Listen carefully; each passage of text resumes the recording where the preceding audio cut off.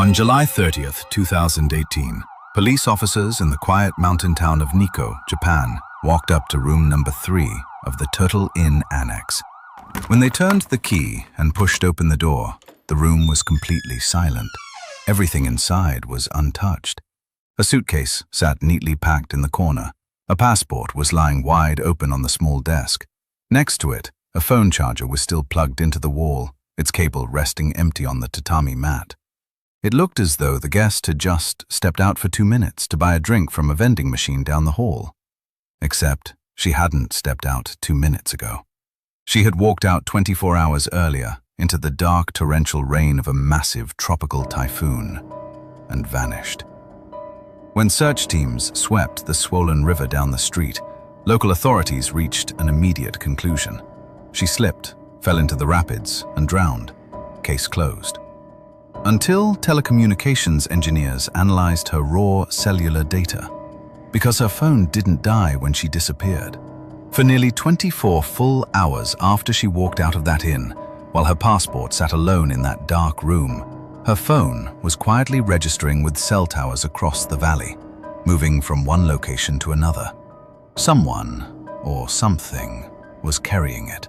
36-year-old Tiphaine Véron was not an impulsive traveler. She was a dedicated special needs educator from Poitiers, France, who had spent 5 full years preparing for this trip.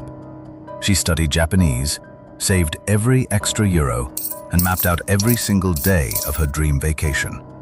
And if you know anything about Japan, you know its reputation. It is, statistically, one of the safest countries on the face of the earth.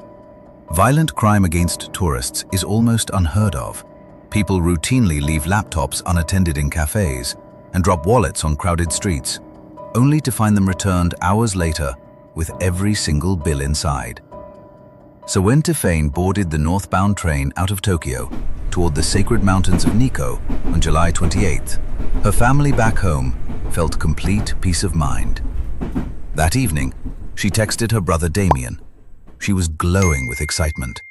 She told him about her plans to visit the centuries-old UNESCO shrines and hike the tranquil mountain paths carved through the cedar forests.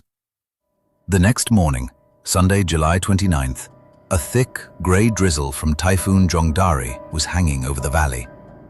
At 7:30 a.m., Tiphaine walked down to the hostel dining room, ate a quiet breakfast, and spent time looking at map routes on her screen. At 9:15 a.m., she grabbed a small white cloth shoulder bag, picked up her black umbrella, and stepped outside into the rain. She left her heavy luggage behind. She left her money pouch in the room. She left her passport sitting right there on the table. She was planning a short 2-hour stroll. She fully expected to be back before noon. At 10 a.m., her digital footprint leaves its very first trace of the morning. Her phone connects to a local tower as she takes a photo of a quiet, wet street and backs it up to the cloud. At 10:30 a.m., an employee at a nearby guest house notices a woman matching Tiphaine's description walking near the entrance of the Kanmangafuchi Abyss.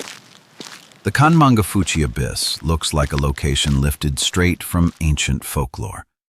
It is a narrow, shaded walking path lined with dozens of moss-covered stone Jizo statues wearing faded red cloth bibs, standing directly beside the roaring, treacherous Daiya River. On a foggy, typhoon-swept morning, you can walk that path for half a mile and never hear a sound other than rushing water. You will not see another human soul. At 11:40 a.m., Tiphaine's phone receives a final, routine background data ping near the river corridor. And then, absolute silence. By evening, Tiphaine hadn't returned. By 10 a.m. the next morning, when she failed to check out, the hostel manager used a master key to unlock room number 3. When police saw her open passport sitting on the desk, they triggered an immediate emergency response. And within hours, investigators settled on a quick, comfortable explanation. The police theory made total sense on paper.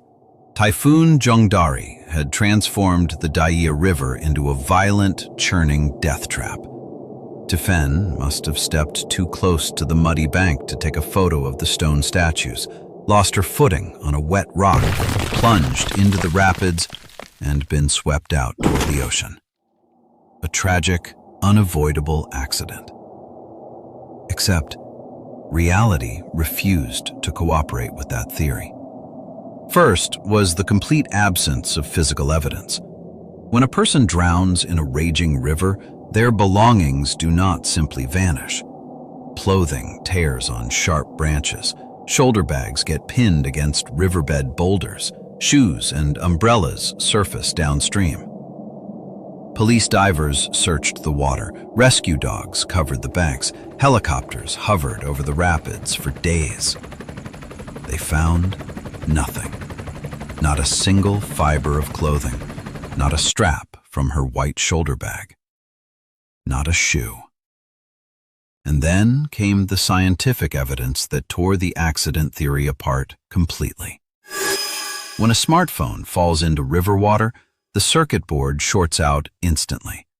The connection to the cellular network terminates in less than a second. But French telecommunications experts managed to obtain the raw, unedited network logs directly from the Japanese carrier. Tiphaine's phone did not go dark at 11:40 a.m. At 1 p.m., her phone registered with a cell tower further down the valley. At 4 p.m., it connected to a completely different antenna tower.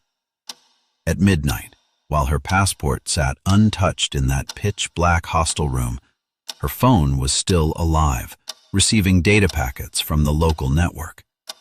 It stayed powered on, hopping between dry land cell towers until the middle of the day on July 30th, nearly 24 hours after she went missing. Her phone was not resting at the bottom of a river. It was on land. And it was moving.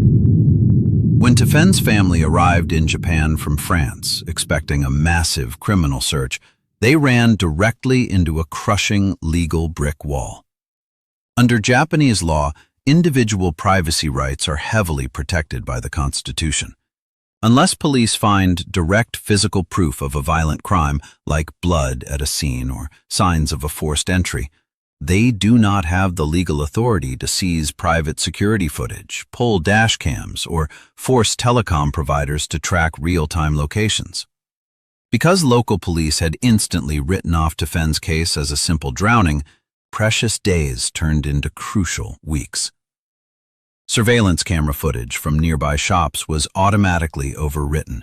Vehicle dashcam logs from cars parked near the trail were never requested. Tiphaine's brother, Damien, refused to let the case die. He spent his own savings, hired private investigators, flew specialized scent-tracking dogs in from Europe, and launched thermal drones over every cliff and ravine in the area. And they were forced to confront the dark question local authorities had avoided. What if Tiphaine didn't slip? What if, on that rainy, deserted morning beside those stone statues, she crossed paths with someone who realized just how isolated she truly was? The family's relentless pressure eventually triggered an unprecedented move. France's elite cold case unit in Nanterre formally took over the case, opening an international criminal investigation for kidnapping and false imprisonment.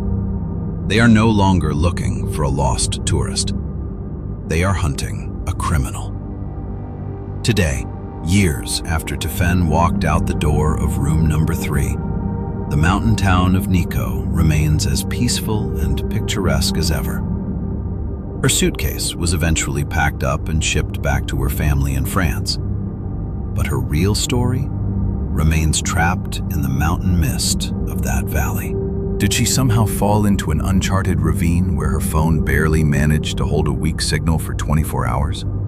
Was her phone sitting on the passenger seat of a car driven by a stranger leaving the town? Or is the final clue sitting forgotten right now on a tourist's old memory card or an unreviewed dashcam hard drive? Tiphaine Véron did not simply dissolve into thin air. Someone moved that phone through the streets of Nikko on the night of July 29th. Someone knows why she never came back for her passport. If you or anyone you know traveled to Nikko, Japan in late July 2018, go back and look at your old travel photos. Search your video archives. Look closely at the background of every single frame, because one tiny ignored detail could be the answer that finally brings Tiphaine home.